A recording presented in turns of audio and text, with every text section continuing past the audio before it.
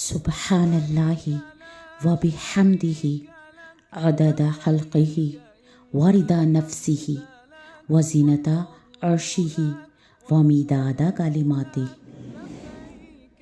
اللہم صلی علی محمد و علی آل محمد کما صلیت علی ابراہیم و علی آل ابراہیم انک حمید مجید۔ اللہم بارک علی محمد و علی آل محمد کما بارکت علی ابراہیم و علی آل ابراہیم انک حمید مجید۔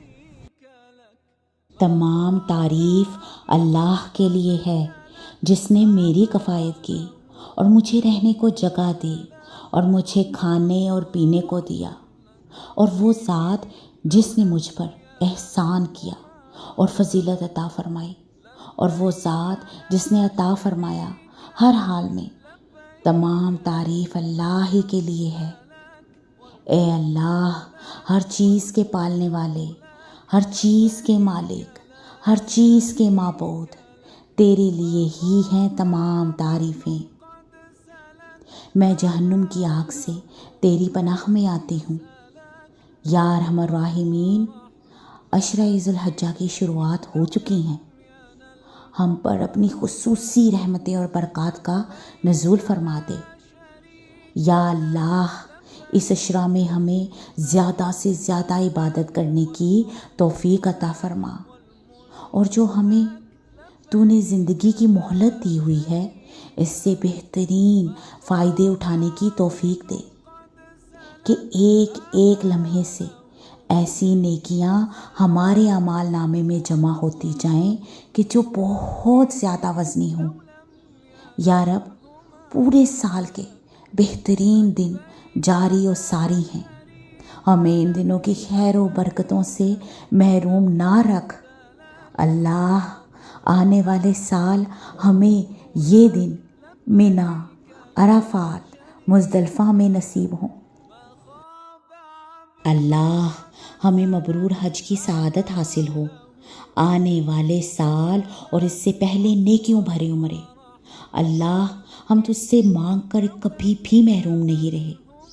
ہمیں جو تو نے بن مانگے ڈھیروں ڈھیر نعمتوں سے سرفراز کیا ہوا ہے، اللہ ہمیں ان کا قدردان بنا دے اور شکر گزار بھی۔ یا کریم، ہم تیرے لطف و کرم کے طالب ہیں، دنیا میں بھی اور آخرت میں بھی ہمیں خوش نصیب بنا دے۔ دنیا میں اور آخرت میں خوش قسمت ترین لوگوں میں ہمارا شمار ہو۔ اللہ، ہمیں اس دن کی اور ہر آنے والے دن کی، چاہے وہ ہمارے دنیا کے ہوں یا پھر آخرت کے، اللہ ہر دن سکون اور عافیت اور خیر ملنے والا ہو اور خوشخبریاں ملنے والی ہوں۔ اللہ، ہماری موت بھی ہمارے لیے خوشخبریوں کے پیغام لائے کہ جس میں ہمیں جنت الفردوس کی نوید سنائی جائے، اور سب سے بڑھ کر اللہ تیرا دیدار حاصل ہو۔ اللہ، ہم خیر پانے والے اور خیر بانٹنے والے ہوں۔ یا رحیم، تیری صفت اعلیٰ ہے رحم کرنا، کیونکہ تیرا ہی قرآن مجید میں ارشاد ہے کہ تو نے اپنی ذات پاک پر رحمت کو لازم کر لیا ہے۔ ہم تیری رحمت کے امیدوار ہیں۔ اللہ، ہمیں اپنی غیظ و غضب سے اپنی امان عطا کر۔ اللہ، جب ہم اپنی قبروں میں تنہا ہوں اور تیرے سوا کوئی ہماری وحشت دور کرنے والا ہو ہی نہیں سکتا، تو اللہ اس وقت ہم تیری رحمت کے شدید محتاج ہوں گے۔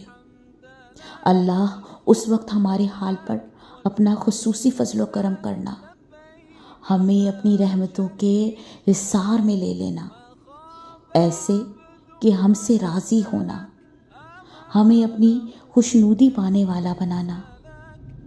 اللہ، جب زمین کھینچ لی جائے گی، آسمان پھٹ جائے گا، تارے بے نور ہو جائیں گے اور پہاڑ ریزہ ریزہ ہو جائیں گے، قبریں ادھیڑ دی جائیں گی۔